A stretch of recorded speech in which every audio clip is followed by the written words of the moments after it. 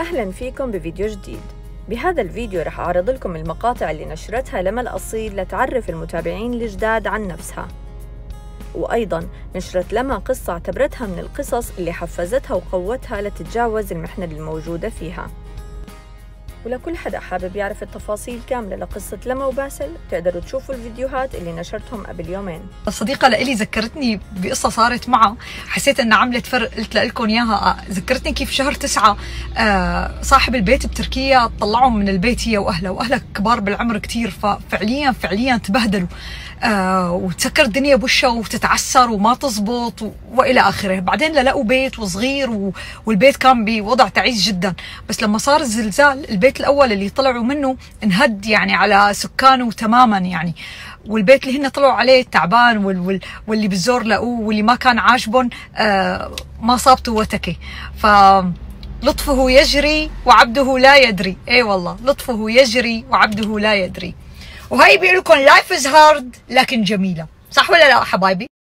سواء كان عندكم هلا صبح او مساء، لا تنسوا اللهم اني اسالك خير هذا اليوم، فتحه ونصره ونوره وبركته وهداه.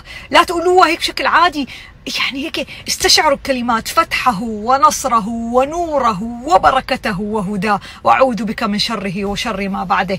في كثير منكم هلا يعني اول مره بيتابعني، اول مره بيشوفني حاليا، يعني الفكره الموجوده عنده انه هي البنت اللي صاير معها مشكله بحياتها والى اخره، فحابه انا اعرفكم عني اكثر حتى نطلع من القالب اللي اول مره شفتوني فيه، لانه صدقوني اللي جاي على ستورياتي كالعاده مثل ما انا كل حياتي يعني بلشت مزح وضحك وفرح وطاقه ايجابيه وتفاؤل وكل خير ان شاء الله، كل خير حيجمعنا ان شاء الله بالايام الجايه. فحابه هيك اعطيكم نبذه عن حالي يعني حتى تعرفوا مين هالصبيه اللي انتم عم تتابعوها، بعيدا عن البكاء وهدوك الشغلات يعني لا سمح الله.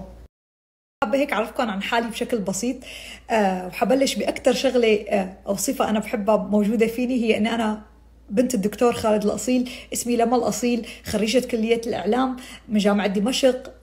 عمري 33 سنة، الشهر الجاي بصير 34 سنة.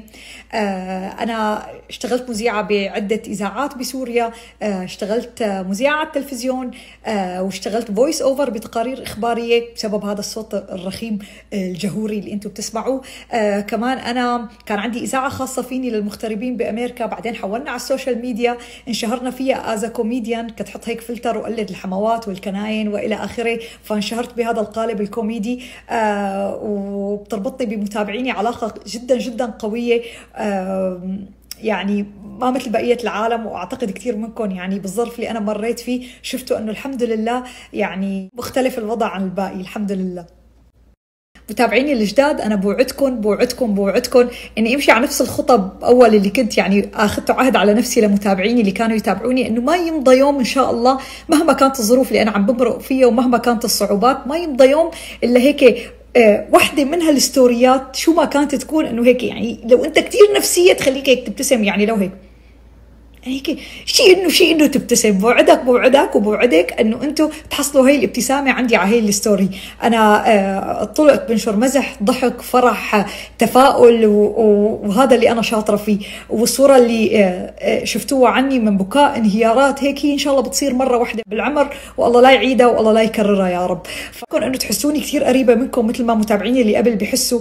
بوعدكم انه بكثير مواقف بحياتي تحسوا حالكم انتم مكاني. بوعدكم انه ما تحسوا حالكم منفصلين عن ارض الواقع لما انتم تتفرجوا علي. شغله كثير مهمه لازم تعرفوها عني، اني انا بعشق رياضه الزومبا، وانا اصلا زومبا انستراكتور، وعندي دروسي بقدمها بجيم خاص للمحجبات وللنساء يعني فقط. في بنرقص وبنضحك وبنمزح وبنصرخ وبنحتفل، ورفقاتي بيجيبوا الطبله والدربكه، وبيكون يعني ساعه نهرب فيها من مشاكل الحياه والدنيا. بحبكم أكثر ما تتخيلوا، أنتم عزوة وسند وأهل، وإن شاء الله يعني يمكن أنا ما أقدر أفتح مسجاتكم كلكم أو رد لكم معروفكم كلكم، بس رب العالمين وعدنا وقال: هل جزاء الإحسان إلا الإحسان. اللي عملتوه معي من مساعدة حدا كان يعني عم يغرق أو عم يختنق وأنتم يعني رجعتوا له الحياة مرة تانية، هذا الجزاء حيكون من رب العالمين إن شاء الله. بحبكم كتير. بتمنى يكون عجبكم الفيديو. لكل أخبار الترندات والأخبار المشاهير واليوتيوبر تابعوني، فعلوا جرس التنبيهات ودعموني بلايك وتعليق، وانتظروا مني كل شي جديد. شكراً لمتابعتكم ودمتم بخير.